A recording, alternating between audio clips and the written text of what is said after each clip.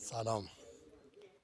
امروز 31 شهریور 1404 هست. روستای تاش، باغویلا.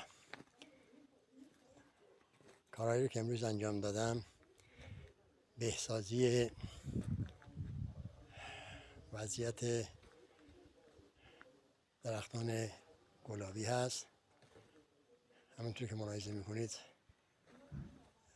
زمین کاملا آماده شده و قراره که از کود حیوانی گاوی برای تقویت این درختان گلابی استفاده بشه.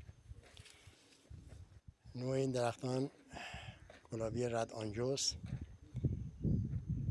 که امسال سال دومشون هست.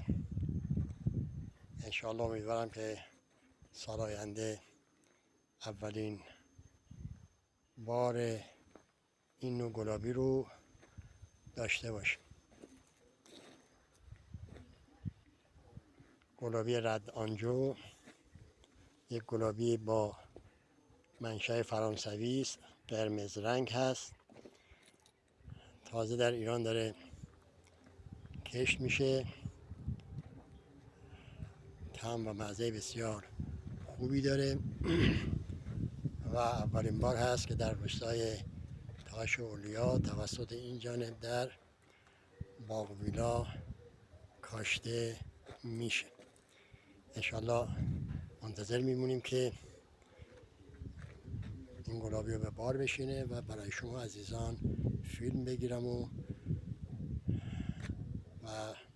در کانال قرار بدم.